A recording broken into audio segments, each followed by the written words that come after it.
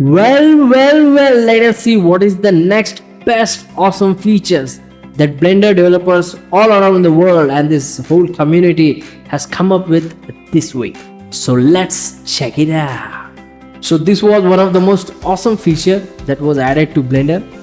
With the help of this, you can create your own operators. What it actually does is, when I go for geometry nodes, here I get this new drop down called tools. You just need to click Shift A and start typing. You don't need to search. Go to tools, and then if I click on this new and Shift A, and if I say cone and enter, and here if I click this thing, now nothing seems to happen. But the moment I click this object and go to tab, here you get this new icon. What this icon does is, it gives you the tool which you have created. For example, if I say conify, and if I come over here, I get this conify. The moment I click this, whatever changes I have done over here, it will be visible over here. If I bottom radius, insert it over here. Top radius, if I insert it over here. If I go to this thing and click on conify, I get this option over here, with the help of which I can change the value. And because I have inserted both of them in the same thing, instead of doing that, if I just click and drag this thing, select the entire thing and click and conify it, and now if I can increase and decrease the top radius and bottom radius, so you can create your own tools. They are calling it tools. I say that they are operators, whatever thing suits best to you.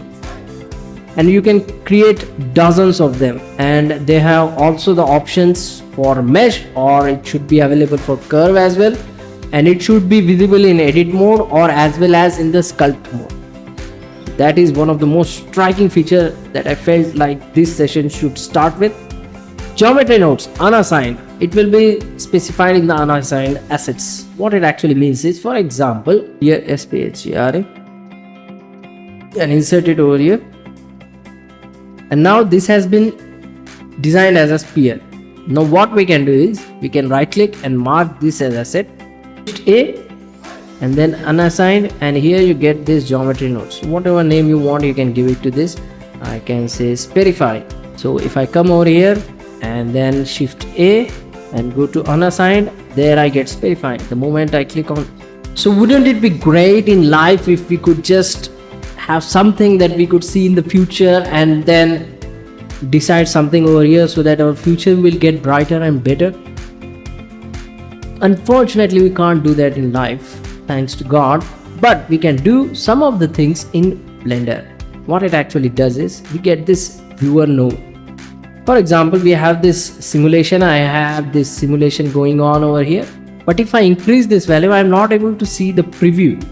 So for that, what you can do is Control Shift click this node, and you get this awesome viewer, with the help of which you can exactly view to the point where the geometry node is working. So for those who didn't understand, you can actually view, for example, there are bunch of nodes over here, and you just want to see what is the output from here on or from here on. You don't want to see the final output. So for that, this is very useful, thanks to Blender Development Fund. So for those who don't know what Blender Development Fund is, you need to just click over here and go to the about screen and go and click on this donate button. Actually, during the live session, everything was going great, but my eyes fell on this one thing, ray trace add diffuse ray. It may not be something of a breakthrough, but remember, it's a ray trace and in a EV, and they have added a diffuse ray. Wouldn't it be great in life if you could just go to a new place and things just fall in place, even if entire thing is new, or if one beautiful person comes in your life and he just fits there? Unfortunately, if you are lucky, you will get that kind of person or that kind of environment. But in Blender, there is a beautiful thing called Hydra render engine. You see, Pixar has created a new extension called USD. Along with that, they have added up a new render engine. For that render engine, it used to have their own pipeline of giving out a material for it. What these awesome Blender developers have done is, you can use the shader node within the Blender to create a shader for yourself, and then it will automatically convert itself into the material that can be recognized by Hydra render engines. In the market we have Redshift render engine, Maxon, Redshift renderer, but it will have its own material system. So what generally used to happen is, first you had to download a new renderer, then understand how its material works, understand how its render engine works. So with the Hydra engine, nothing is going to change. You just need to create the material which is visible within the cycles and EV render engine, and it will automatically convert itself to something that Hydra render engine can understand. So we need to thank Blender Development Fund. Add shortcut to preferences. You can just click Control and comma, Control comma, boom, it's just in front of your face to get you back to the base. So when you convert the render engine to cycles, and you can select an object and go to the object properties, and then you get this option of light linking. If you create this, the whole user interface over here has been designed in such a way that it follows the design rules of the other parts of Blender. Thank you very much, Sergey Shibrin, and thanks to the development fund by a lot of people.